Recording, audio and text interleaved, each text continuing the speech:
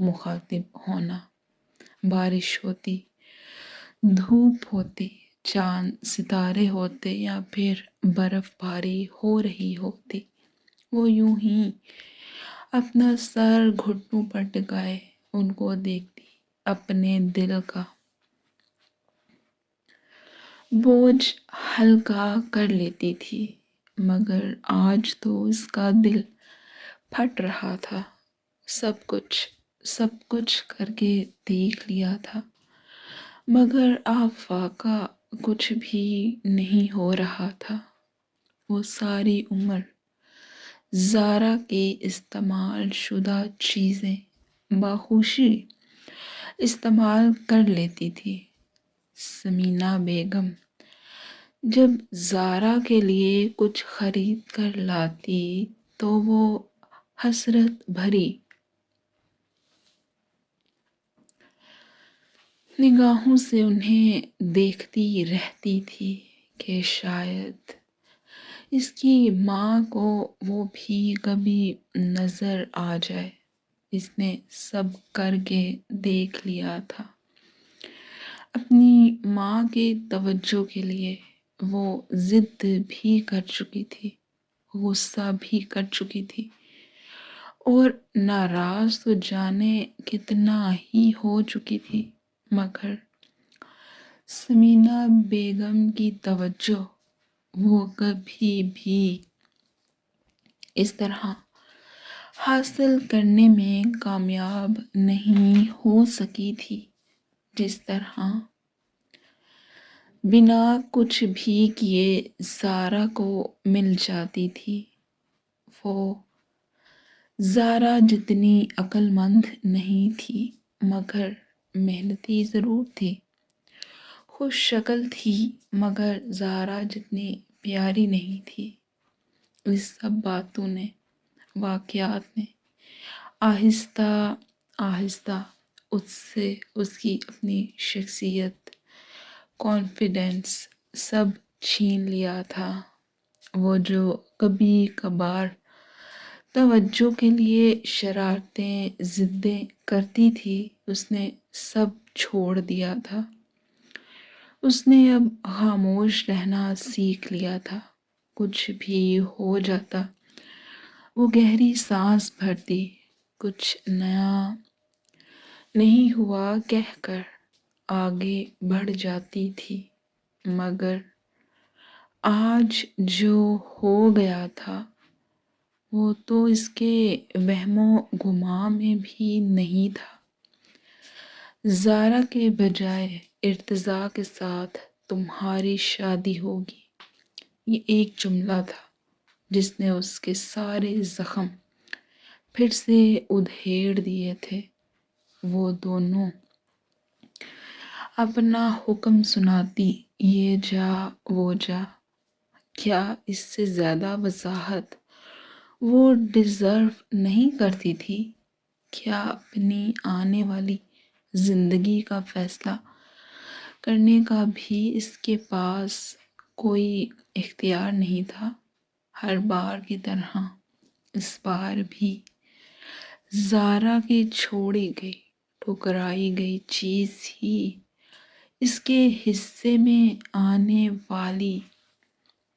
آنے والی تھی۔ وہ کیا ارتضیٰ کے زارا کو لے کر جذبات سے ناواقف تھی؟ کیا جس طرح وہ ان کی زندگیوں میں انشاہی تھی، باقی کی زندگی بھی یوں ہی گزرنے والی تھی؟ اسے ارتضیٰ سے مسئلہ نہیں تھا۔ وہ خوبصورت بے مثال شخص اس جیسی لڑکی کہاں ڈیزرو کرتا تھا؟ آج جب کالج سے وہ واپس آئی تو دونوں ماں بیٹی یہاں اس روم میں بیٹھی اس کی تقدیر کا فیصلہ کر چکی تھیں۔ انہیں سلام کرنے کے بعد اس نے اپنی شال اور بیگ اتار کر اپنی اپنی جگہ پر رکھا تھا۔ واش روم جا کر فریش ہو کر باہر آئی تو مرچنڈا گرم سوٹ میں ملبوس تھی۔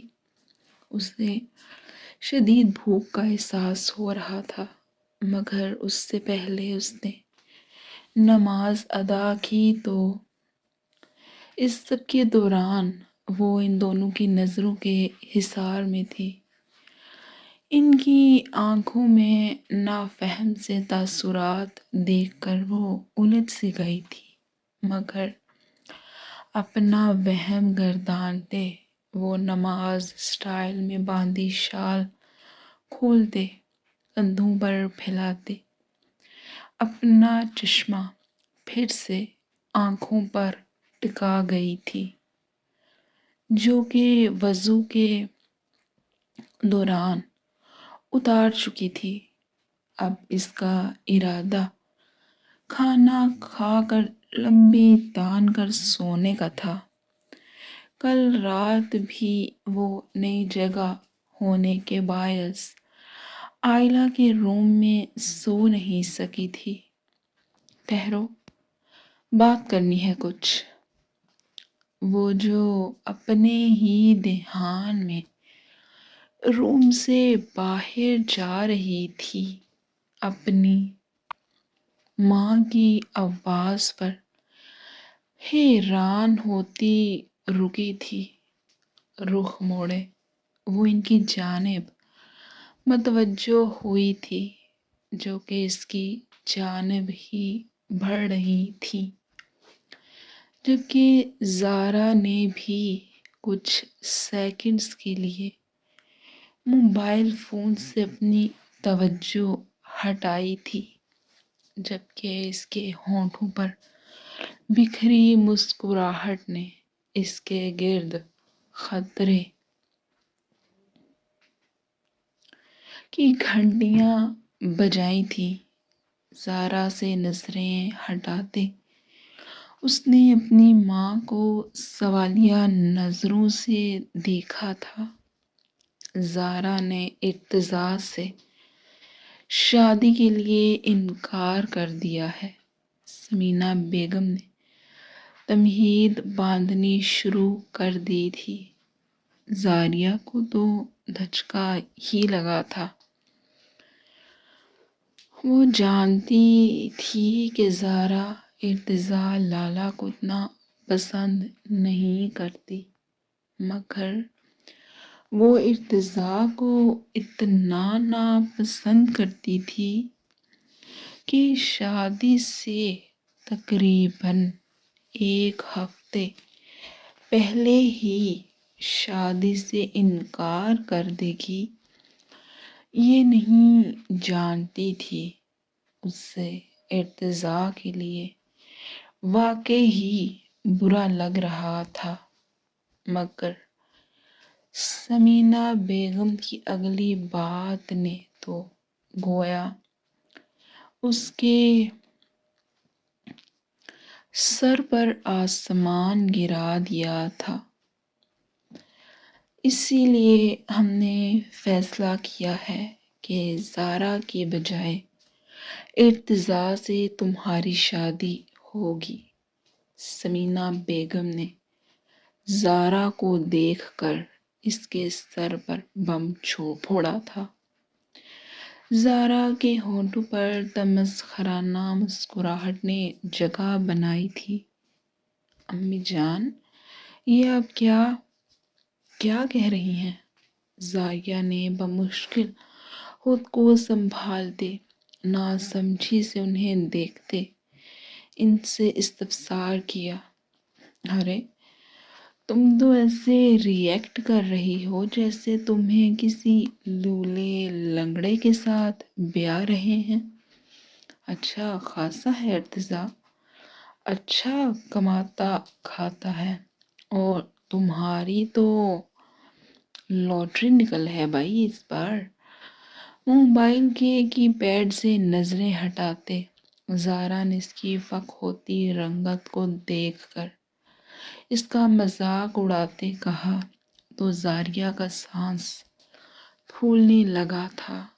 امی میری بات سنیں، مجھے یہ شادی نہیں۔ تم میری بات دھیان سے سنو زاریہ، میری آج صبح ہی امی جان سے بات ہوئی ہے، زارا اور ارتضیٰ کی شادی اگر نہیں ہوتی تو اس کی جگہ تمہاری شادی ارتضیٰ سے ہوگی، کیونکہ میں نے اپنے بابا جان سے وعدہ کیا تھا کہ اپنی بیٹی کی شادی میں ان کے پوتے کے ساتھ کروں گی، اس لیے اگر زارا نہیں تو تم کرو گی اس سے شادی۔ دوسری بات، کوئی لولا لنگڑا نہیں ہے، اچھا خاصا ہے میرا بھتیجا۔ ویسے بھی تمہیں بتا رہی ہوں، پوچھ نہیں رہی، اپنی بات کہتی سمینا بیگم روم سے نکل گئی تو ان کے پیچھے ہی زارا بھی اس کے دھواں دھواں ہوتے چہرے کو دیکھ کر روم سے چلی گئی تھی، جبکہ وہ یہ تک نہ پوچھ سکی کہ جس بھتیجے سے شادی کے لیے ایک بیٹی کے لیے انکار کر دیا گیا ہے، تو وہی بھتیجا آپ کی دوسری بیٹی کے لیے اتنا پرفیکٹ کیسے ہو گیا تھا۔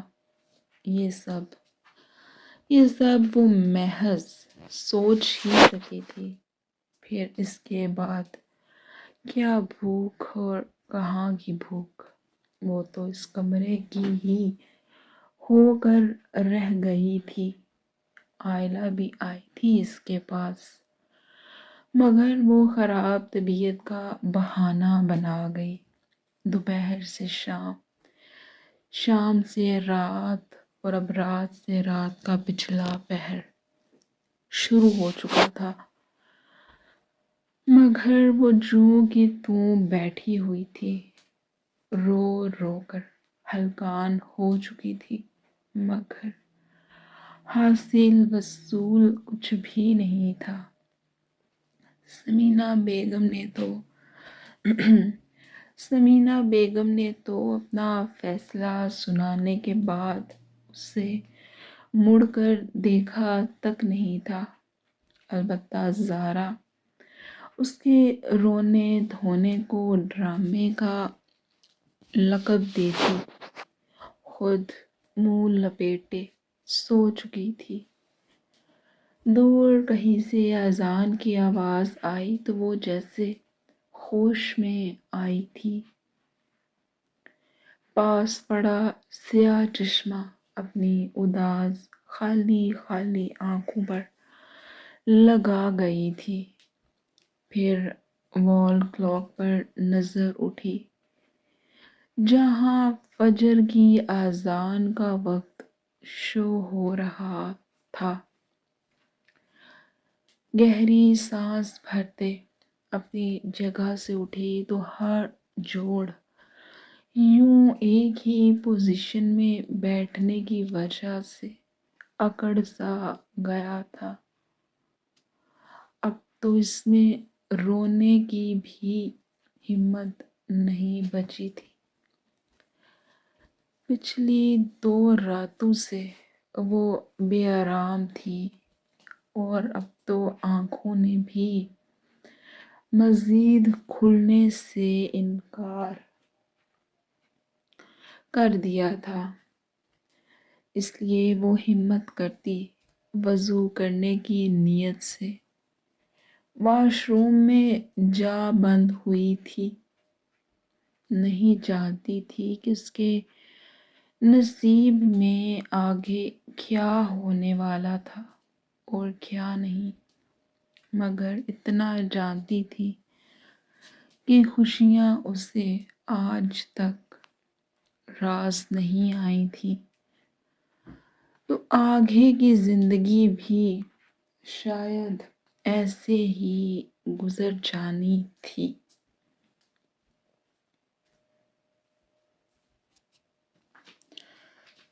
دادی، یہ آپ کیا کہہ رہی ہیں؟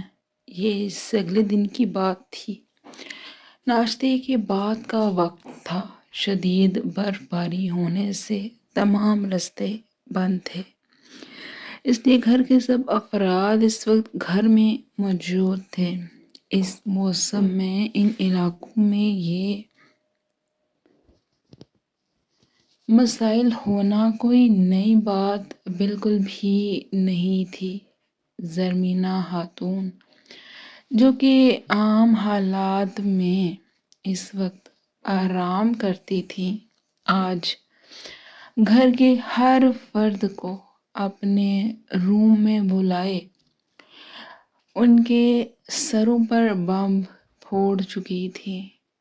ان کے الفاظ جیسے ہی ارتضیٰ کے کانوں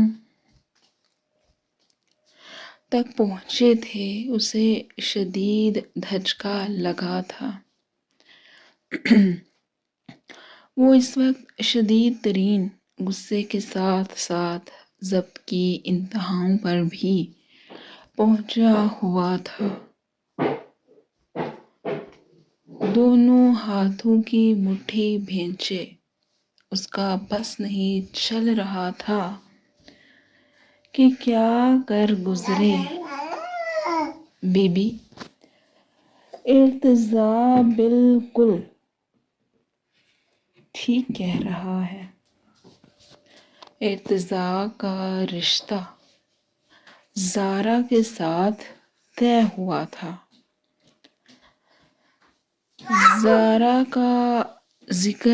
زاریہ کا ذکر یہاں سے کیسے نکل آیا؟ سلیمان افریدی شدید الجھن کا شکار ہوئے تھے۔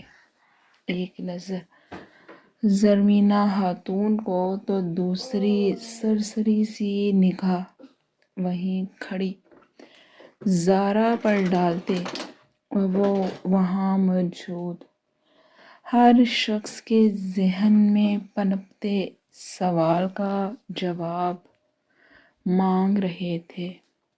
اس وقت سب گھر والے زرمینہ خاتون کے روم میں تھے، اور جس کی زندگی کا فیصلہ ہو رہا تھا، وہ اپنے روم میں جانے کیا کر رہی تھی۔ ناشتے پر بھی وہ نیچے نہیں آئی تھی۔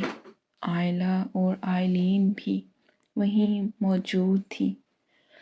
زاریہ کے حوالے سے اس طرح کی خبر نے انہیں بھی پریشان کیا تھا۔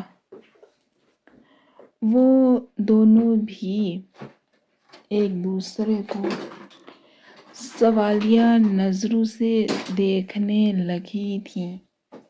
جو بھی فیصلہ ہوا ہے وہ بالکل ٹھیک ہے۔ ارتضیٰ، اگر تمہیں زارا سے شادی نہیں کرنی تو زاریہ سے شادی کرنی ہوگی۔ ایک بات میں نے چپ چاپ تمہاری مانی ہے، تب کی بار میرے فیصلے پر بھی تمہیں کوئی اعتراض نہیں ہونا چاہیے۔ یہی تمہارے دادا کا فیصلہ تھا۔ انہوں نے اپنی نواسی کا رشتہ اپنے پوتے کے ساتھ طے کیا تھا، اس لیے اگر زارا نہیں تو زاریہ۔ زرمینہ خاتون کی بات پر ارتضیٰ اپنی آنکھیں سختی سے میچ گیا تھا۔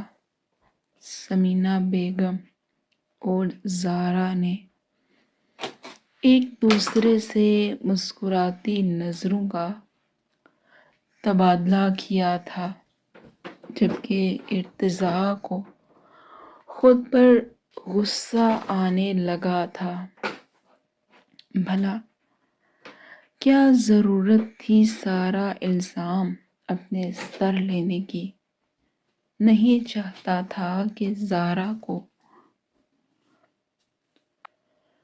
کوئی برا بھلا کہتا، وہ جو پہلے ہی اس پر موت کو ترجیح دے چکی تھی۔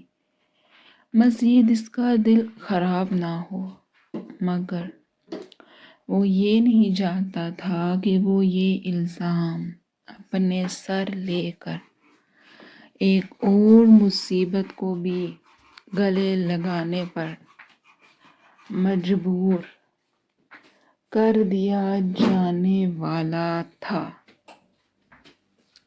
اس نے ایک نظر وہیں کھڑی زارا کو دیکھا تھا، جس کے چہرے پر شرمندگی اور دکھ ڈھونڈنے سے بھی نہیں مل رہا تھا، الٹا وہ تو خوش تھی کہ سانپ بھی مر گیا تھا اور لاٹھی بھی نہیں ٹوٹی تھی۔ وہ اتنا کچھ کرنے کے باوجود بھی سرخرو تھی اور ارتضیٰ سب کی نظروں میں برا بن رہا تھا۔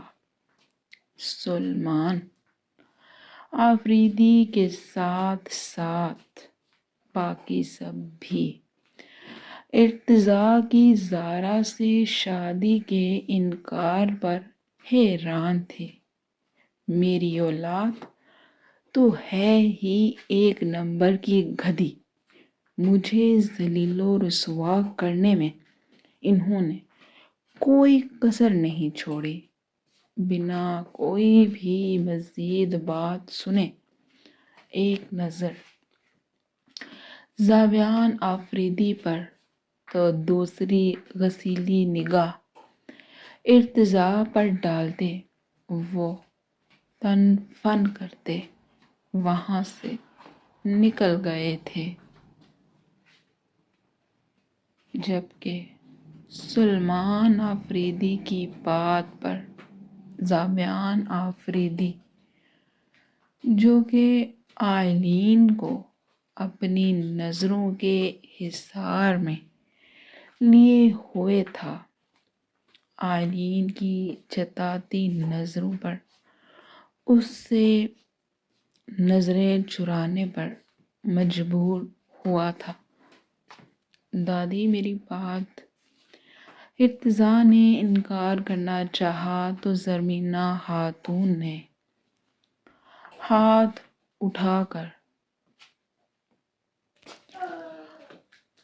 اٹھا کر اسے ایسا کرنے سے روک دیا تھا۔ بس فیصلہ ہو چکا ہے، تمہاری شادی طے شدہ تاریخوں میں زاریہ سے ہوگی۔ مجھے مزید کوئی وضاحت، کوئی بہانہ نہیں سننا۔ پہلے ہی میں تمہاری وجہ سے ثمینہ اور زارا سے نظریں نہیں ملا پا رہی۔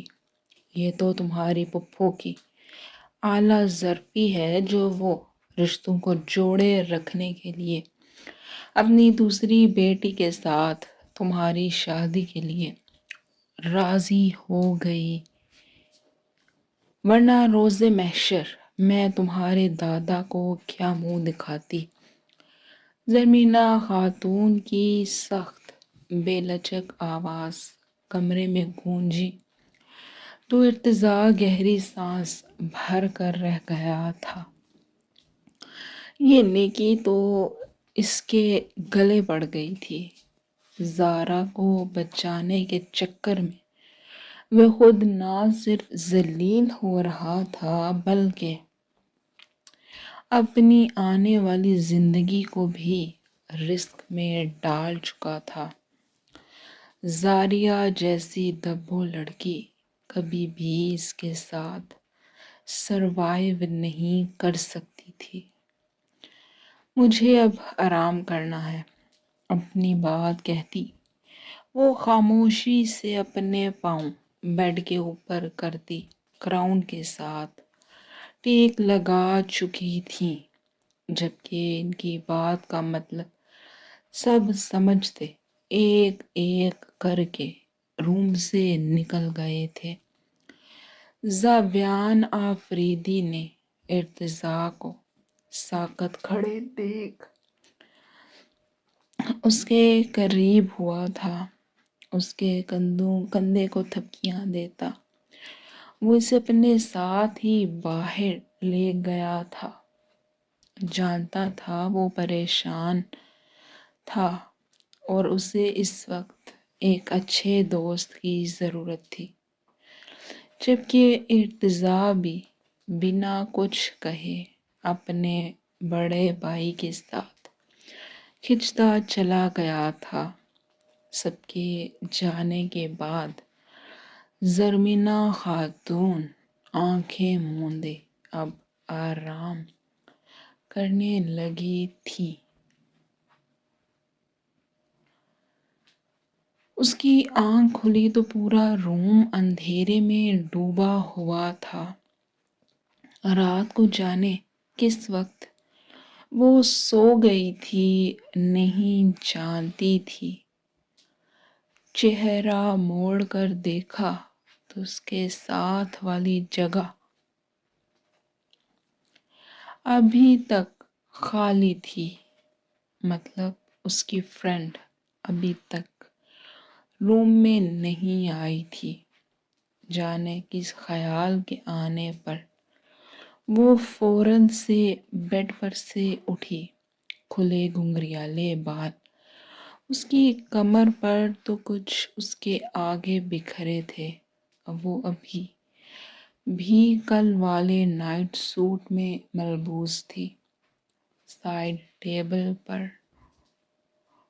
کھانے کی ٹرے جوں کی توں پڑی تھی، جو جانے کب یہاں پہنچایا گیا تھا جان نہ سکی تھی۔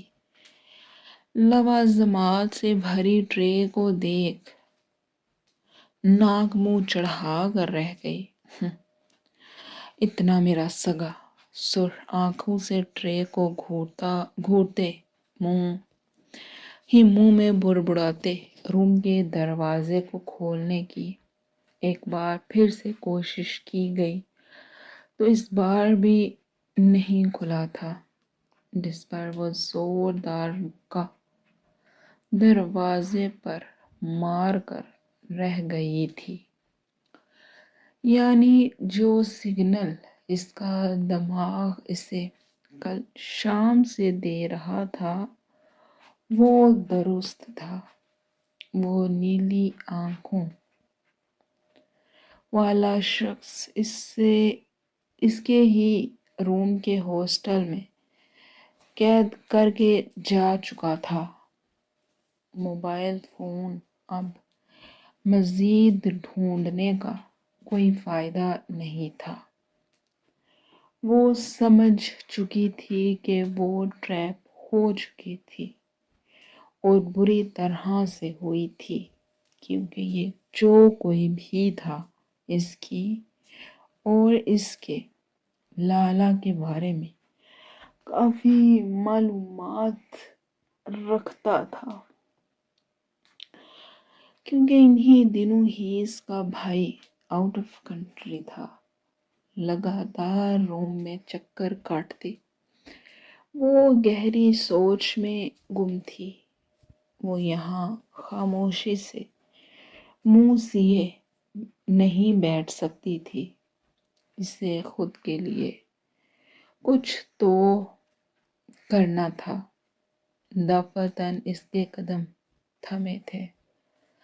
سیاہ گھور کالی آنکھوں میں چمک ابھری تھی۔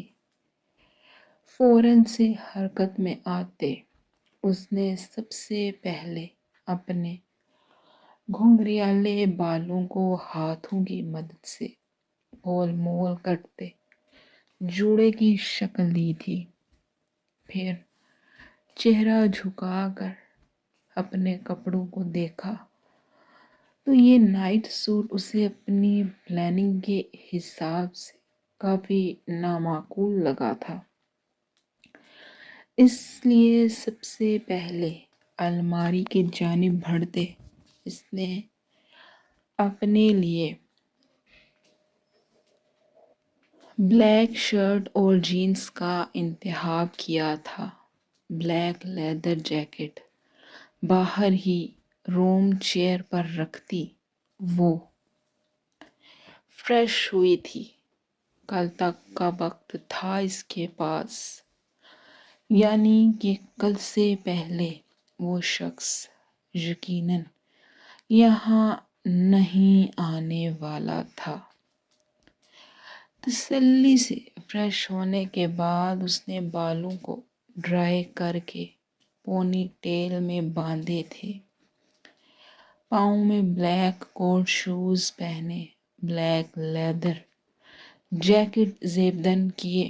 وہ اپنے مشن پر جانے کے لیے پوری طرح تیار تھی۔ آگے بڑھی، روم کی کھڑکی کھولی تو سرد ہوا نے اس کا استقبال کیا تھا۔ گہری سانس بھرتے اس نے جیسے تازہ ہوا کو اندر تک محسوس کرنا چاہا تھا۔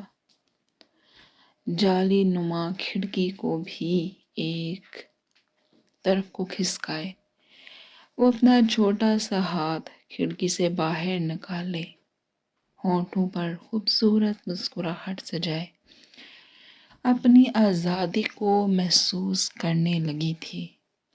پھر کچھ لمحوں کے بعد آنکھیں کھولتی وہ جیسے اونچائی کا جائزہ لینے لگی تھی۔ پہلی منزل پر بنا یہ کمرہ کافی اونچائی پر تھا۔ نچلی منزل پر سب reception, prayer hall, kitchen, dining area تھا۔ اونچائی کا اچھے سے اندازہ لگانے کے بعد وہ واپس الماری کی جانب آئی تھی۔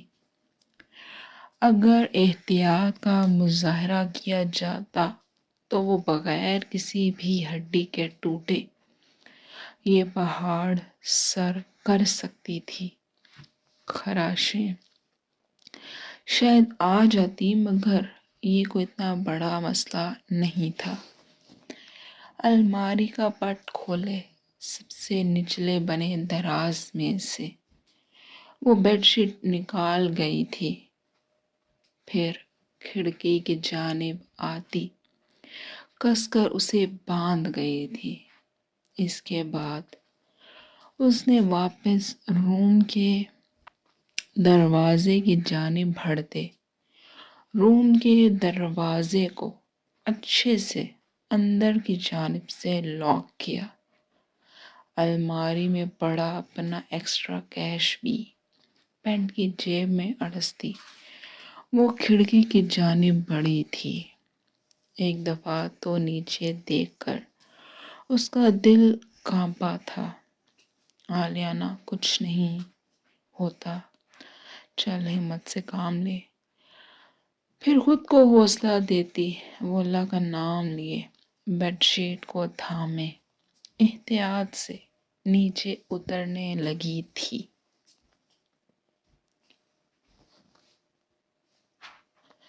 جب اس رشتے سے خوش نہیں ہو تو انکار کر دو۔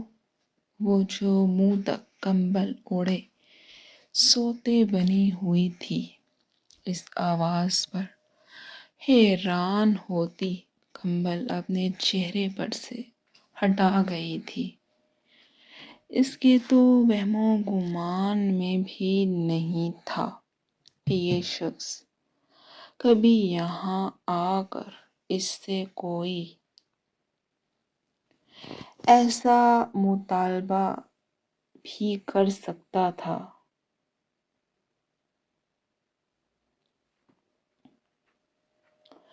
نظریں سامنے اٹھی تو وہ دونوں ہاتھ سینے پر باندھے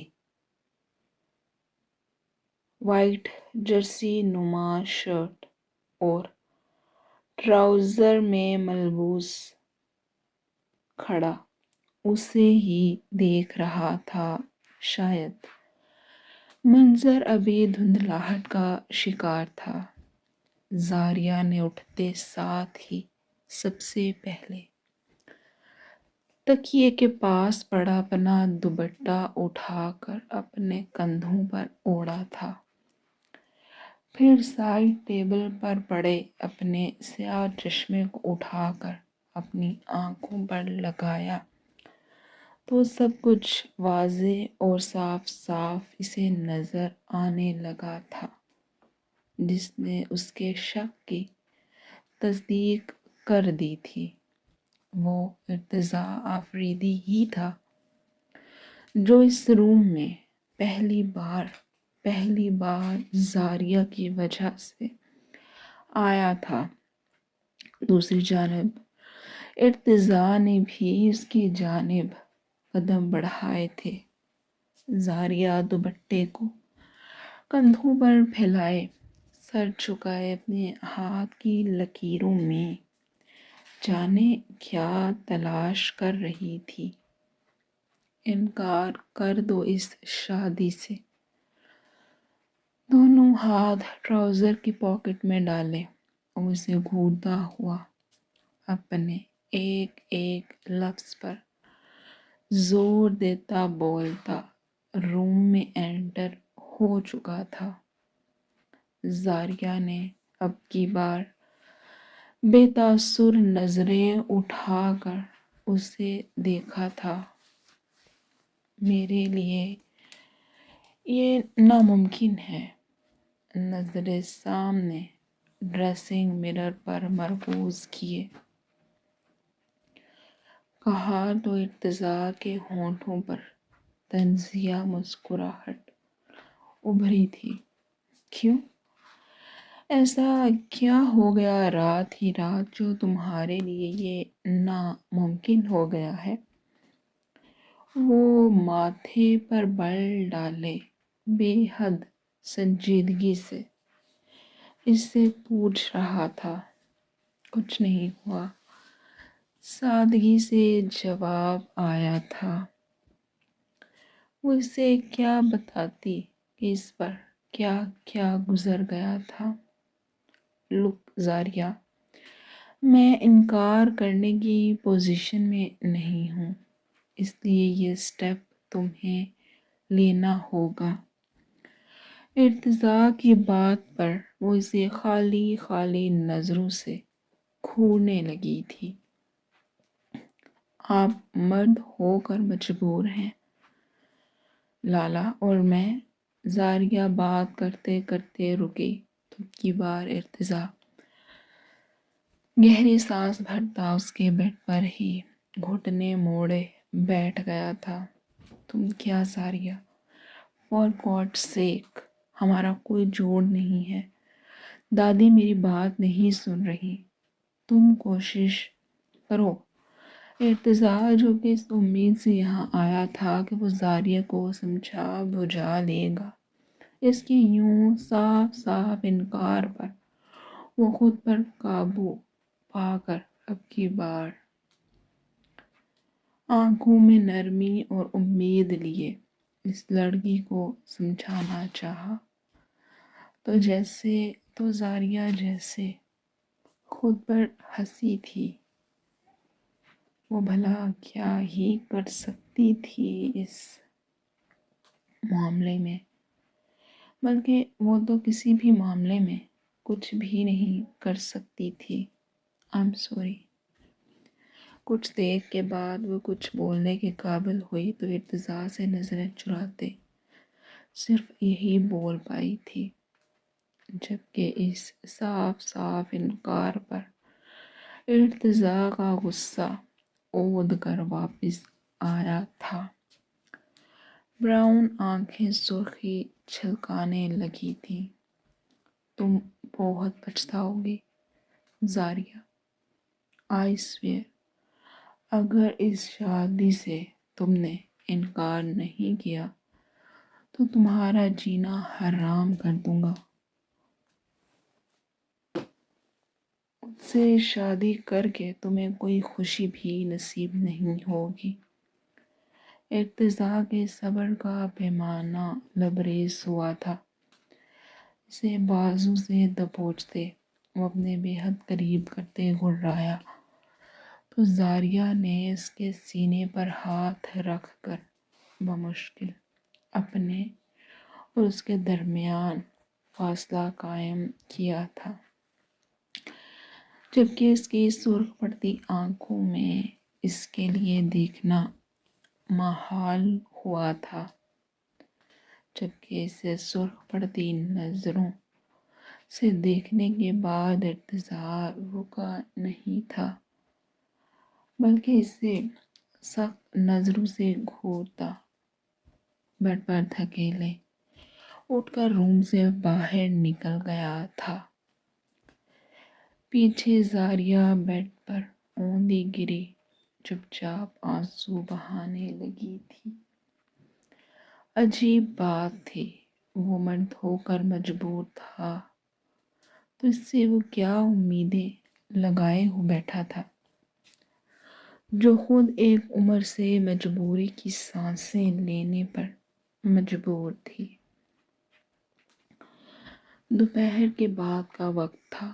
آفریدی ولا میں شادی کی تیاریاں ایک بار پھر سے شروع ہو چکی تھی۔ پچھلے کچھ دن سب کے ہی عجیب گزرے تھے۔ پہلے یوں اچانک ہی زاویان آفریدی کے واپس آ جانا، پھر زارا کے بجائے ارتضا اور زاریہ کی شادی کا طے ہو جانا، مگر آج ایک بار پھر سے شادی کی تیاریاں شروع ہو گئیں۔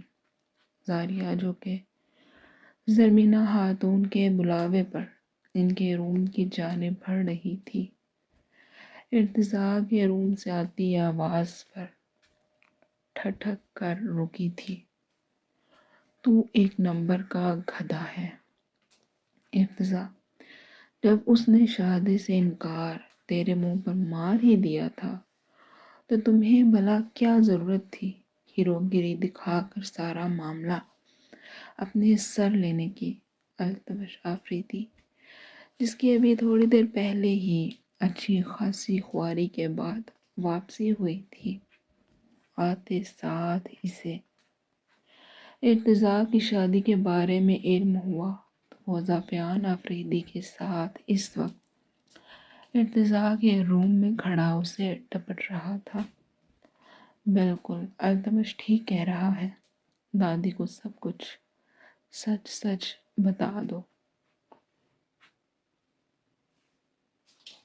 بالکل، التمش بالکل ٹھیک کہہ رہا ہے، دادی کو سب کچھ سچ سچ بتا دو۔ کیوں اپنے ساتھ ساتھ زاریہ کی زندگی برباد کر رہے ہو؟ اس بار زاویان نے بھی اسے سمجھانا چاہا تھا، جبکہ ارتضا اب بھی کچھ نہیں بولا تھا۔ لان کی جانب کھلتی کھڑکی کھولے وہ بس باہر ہوتی برف باری پر اپنی نظریں ٹکائے ہوئے تھا۔ دروازے پر کھڑی زاریہ کے ہونٹوں پر بے بسی سی مسکراہٹ ابھری تھی۔ اس کا ہونے والا شوہر اس کی بڑی بہن سے اس قدر محبت کرتا تھا کہ وہ یہ الزام اپنے سر لے چکا تھا۔ اس کی آگے کی زندگی کیسی گزرنے والی تھی وہ بخوبی جان گئی تھی۔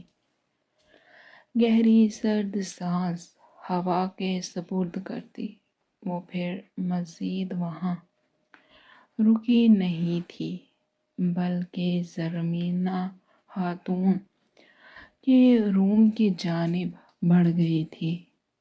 پیچھے وہ دونوں ارتضا کو کوسنے اور سمجھانے میں لگے ہوئے تھے، جو کہ چپ سادے جانے کن سوچوں میں گم تھا۔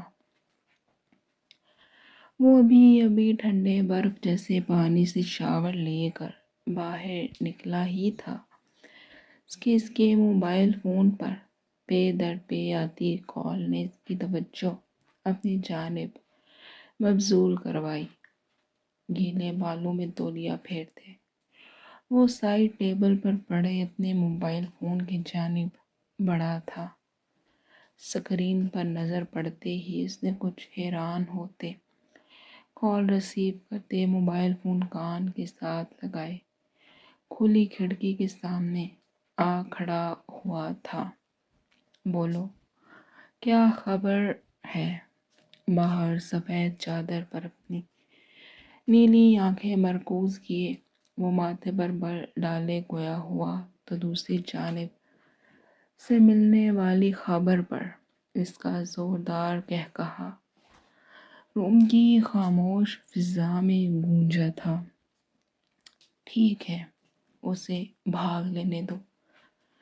جب بھاگ بھاگ کر تھک جائے تو اس سے اسلام آباد میرے گھر میں شفٹ کر دینا۔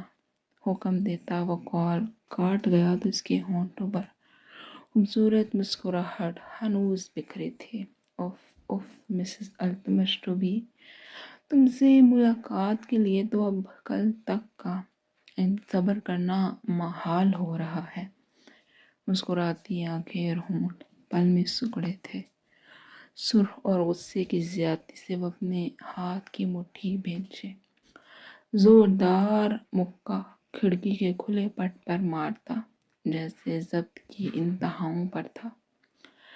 اس لڑکی کی اتنی ہمت کیسے ہوئی تھی کہ وہ خود کو التمش کی قید سے چھٹکارا پانے کے لیے بھاگنے تک میں کامیاب ہو گئی تھی۔ You are going to pay for this۔ آلیانہ کا چہرہ ذہن کے پردوں پر لہرایا تو وہ اسے سوچتے اپنے جھبڑے سختی سے بھینچ گیا تھا۔ برف میں ڈھکے سفید ولا پر جگمگ کرتی یہ روشنیاں پورے کالام کو ہی روشن کر رہی تھی، جس کی نگاہ آج آفریدی ولا پر اٹھ رہی تھی۔ ٹھٹک کر رک جاتی کیونکہ آج سے شادی کے فنکشنز کا آغاز ہو چکا تھا۔ پورے ولا کے ساتھ ساتھ انیکسی کو بھی روشنیوں سے سجا دیا گیا تھا۔ مہمانوں کی آمد بھی شروع ہو چکی تھی۔ ایک طرف جہاں آفریدی ولا میں چہل قدمی شور شرابہ بڑھ گیا تھا، وہیں انیکسی میں ماحول اور فضا کافی سنجیدہ تھی۔ آخر کیوں آیا ہے وہ یہاں؟ کیا لینے آ گیا ہے وہ واپس؟ ابھی کوئی کسر باقی تھی میری بہن کی زندگی برباد کرنے میں جو وہ منہ اٹھا کر واپس آ گیا ہے؟ عامل کی واپسی شام کے وقت ہوئی تھی۔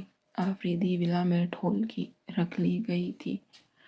یہی وجہ تھی کہ آئلین اس وقت وہاں موجود تھی، جبکہ ماہین بیگم جو کہ کیان کو یہاں سلا رہی تھی، عامل کے یوں اچانک واپس آ جانے پر حیران ہوئی تھی، مگر جلد ہی ان کی حیرت کم ہو گئی تھی جب انہیں عامل نے بتایا کہ وہ یہاں آئلین کے اچانک بلانے پر ہی آیا ہے، اور کال پر جس طرح رو رو کر اس نے اس سے واپس گھر آنے کا کہا تھا، وہ خود کو روک نہ سکا اور سارا کام اپنے مینیجر کے حوالے کرتا گھر آ پہنچا تھا۔ ماہین بیگم نے کھانا لگوایا تو عامل نے کھانے کے دوران ہی وہی بات شروع کر دی تھی کہ جس کا ماہین بیگم کو ڈر بھی تھا۔ عامل بیٹے آرام سے، یہ گھر زاویان کا بھی اتنا ہی ہے جتنا کہ باقی سب کا ہے۔ ماہین بیگم نے اس کے بازو پر ہاتھ رکھتے اسے پرسکون کرنا چاہا تھا، جو کہ غصے کی انتہاؤں پر تھا۔ مزید آئلین کی وہاں موجودگی کا سن کر ہی اس کا دماغ پھٹنے والا ہو چکا تھا۔ امی جان، آفریدی ولا، وہ گھر اس کا ہے، اس کے باپ کا ہے اور اس کے دادا کا ہے۔ یہ گھر نہ تو زاویان آفریدی کا ہے نہ سلمان آفریدی کا، جو وہ اپنی منمانی کرتا یہاں دندناتا پھرے گا۔ اور اس کی ہمت کیسے ہوئی رات کے پہر میری بہن کے روم میں جانے کی؟ اور آپ نے اسے روکا کیوں نہیں؟ بات کرتے کرتے غصے کی زیادتی سے اس کا چہرہ سرخ پڑ رہا تھا۔ سبزی مائل زاویان آفریدی جیسی آنکھیں آگ اگلنے لگی تھی۔ ماہین بیگم سے وہ تحمل کا مظاہرہ کر رہا تھا۔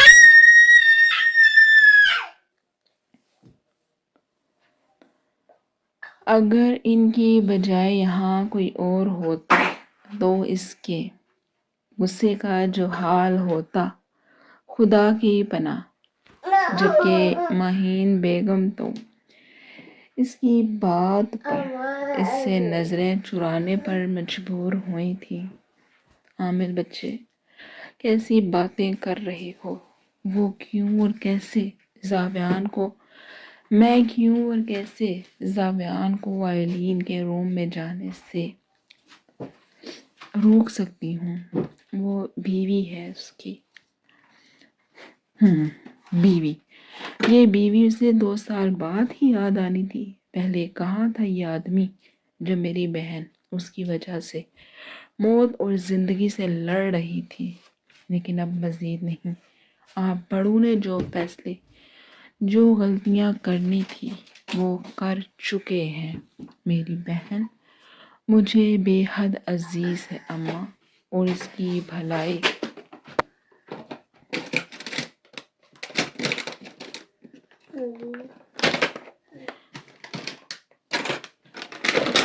اور اس کی خوشیاں، اس کی بھلائی اور خوشی اسی میں ہے کہ وہ زاویان سے دور رہے۔